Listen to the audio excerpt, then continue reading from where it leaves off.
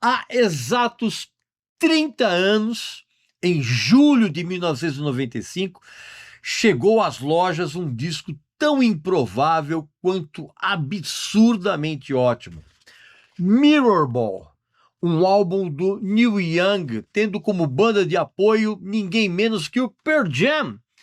Neste episódio da aclamada série aqui no meu canal, aposto que você não sabe, eu vou explicar como esse disco incrível surgiu e por que você não pode deixar de ouvi-lo nos dias de hoje, junto com os seus filhos. Presta atenção.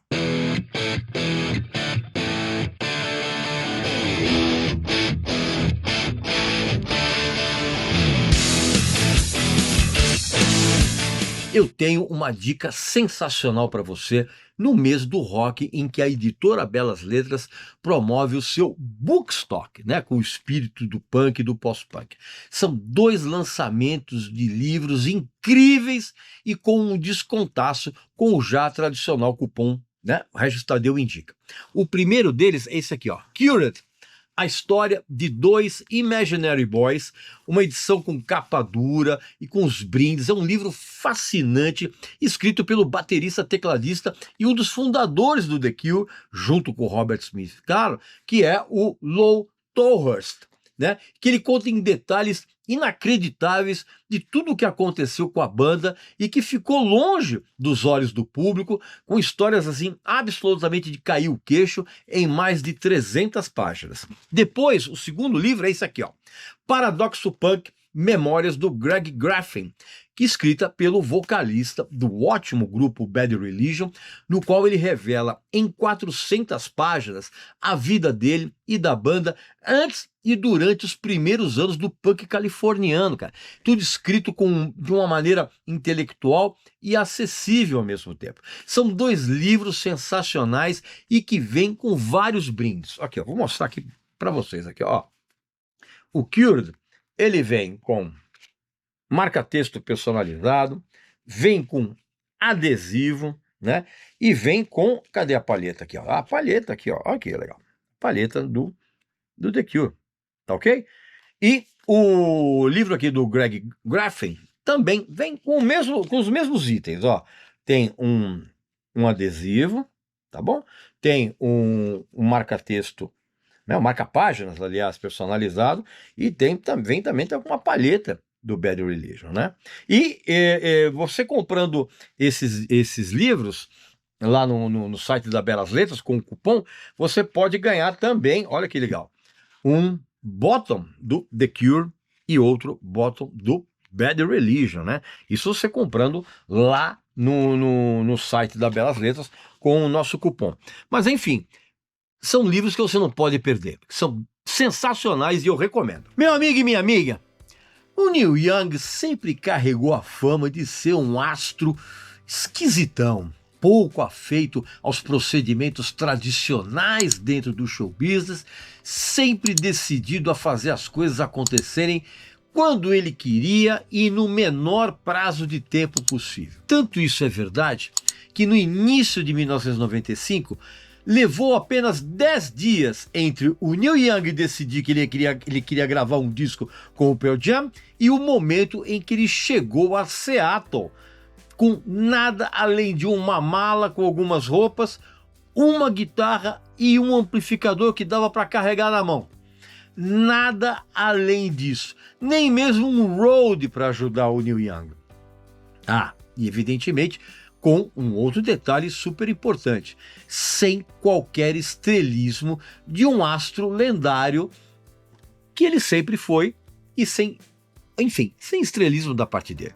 Zero. Tudo o que ele queria era fazer um disco que capturasse exatamente o som que havia tornado a banda do Eddie Vedder uma das maiores até aquele ano de 1995, cara.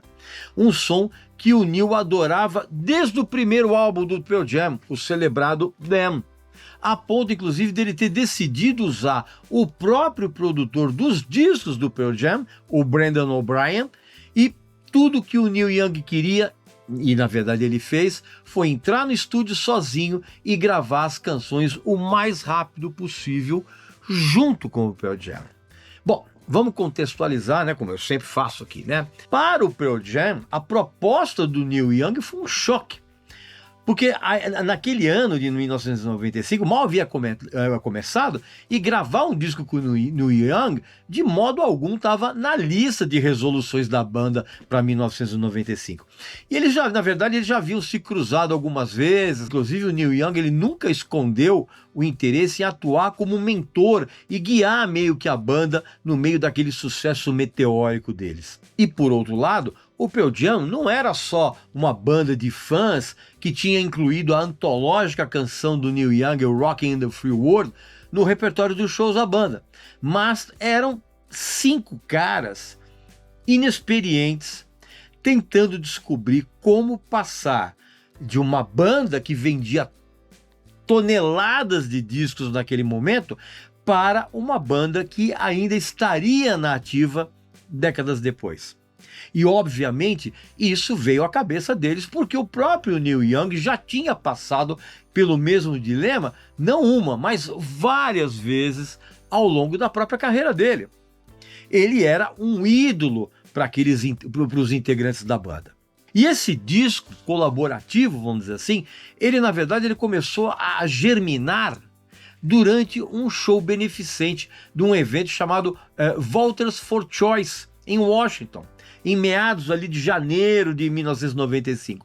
O Pearl Jam estava nesse evento, né, e o Neil Young também, e depois que o Neil tocou a versão de uma música nova chamada Act of Love, junto com a banda de apoio dele, que era o famoso Crazy Horse, o Neil, ele ficou tão puto, ele ficou tão insatisfeito com o resultado, que ele pediu para o Pearl Jam para entrar com ele mais tarde no show, no palco, e tocar essa mesma música de novo, né? Na esperança que o Pearl Jam tocaria essa canção com uma outra abordagem, de uma maneira melhor. E dito e feito, o resultado foi tão legal que o Neil se convenceu de que ele e o Pearl Jam deveriam gravar aquela música juntos. E a banda e o Neil começaram a trabalhar no Bad Animal Studios, em Seattle, que pertencia às irmãs Nancy e Ann Wilson, do Heart. Só que o que começou como uma ideia de gravar 2 faixas, a tal da Act of Love e um esboço de uma tal Song X, né? que soava como uma espécie de canção de marinheiro, só que isso rapidamente se transformou num projeto muito maior. Porque aproveitando que o Neil, ele tinha um pequeno barco ali ancorado no porto de Seattle, incrível, né? Inclusive barco para o qual ele voltava todas as noites para dormir nele, foi nesse barco que o Neil começou a compor que nem um louco. E para você ter uma ideia, o Pearl Jam gravou as bases instrumentais, junto com o Neil Young, de 7 músicas em apenas 2 dias. O álbum, então, ele foi finalizado depois numa outra rodada de gravações, ali em meados de fevereiro, já com o Eddie Vedder aparecendo. Por quê? Porque na primeira sessão ele não apareceu porque ele estava resolvendo os problemas, porque ele vinha sendo perseguido por uma pessoa dia e noite, né? O que a gente chama de stalker, né? E ele acabou fazendo nessa segunda rodada uma parceria com o Neil Young numa faixa chamada Peace and Love, além de 2 músicas, I Got It, que os fãs do Pearl Jam chamam de I Got Shit, e Longer Road. 2 dessas músicas que em dezembro foram lançadas num single intitulado Merkin Ball, né? Não Mirror Ball, Merkin Ball. E no fim de tudo, ficou para a banda a sensação de que era possível dar uma relaxada naquele ambiente de show business pesado que o Pearl Jam vivia, né? Cheio de pressões, e pressões inclusive vindas de todos os lados, e de que era possível compor e gravar boas músicas diferentes em um curto período de tempo. E foi um momento tão importante para a banda que acabou influenciando o Pearl Jam a redirecionar o rumo musical deles no disco seguinte, que é esse aqui, ó, o No Code, um disco muito bom de 1996, mas é um disco criminosamente subestimado até para os fãs patetas. Até os fãs patetas do Pearl Jam não dão o devido valor a esse disco. Agora, se tem um arrependimento nessa história toda, é o fato de que o Pearl Jam inteiro, ele lamenta não ter colocado o nome da banda no disco. Por quê? Porque para evitar negociações burocráticas muito prolongadas entre as respectivas gravadoras, tanto do Neil Young quanto do Pearl Jam, os dois lados concordaram em previamente tirar o nome do Pearl Jam, não seria mencionado, e isso, na verdade, foi um erro muito grave, porque esse é realmente um álbum colaborativo. Muito mais do que o Pearl Jam como banda de apoio. Na verdade, são dois núcleos de criação juntos e que resultaram nesse disco aqui espetacular, que mais uma vez eu recomendo que você ouça de ponta a ponta e junto com os seus filhos, que eu tenho certeza que tanto você vai relembrar o quanto esse disco sempre foi muito bom, você que não conhece vai saber disso e os seus filhos também vão pirar, porque as músicas são sensacionais. Pois bem, meu amigo e minha amiga, esse é um episódio bem curtinho, mas bem elucidativo para dizer a você que você tem que ouvir esse álbum aqui, ó. Tá completando 30 anos em 2025, tá? Mirror Ball, Neil Young e Pearl Jam. Aqui nos comentários, coloca qual foi a sua opinião quando você ouviu esse disco pela primeira vez. E a sua opinião reouvindo o disco hoje, tá bom?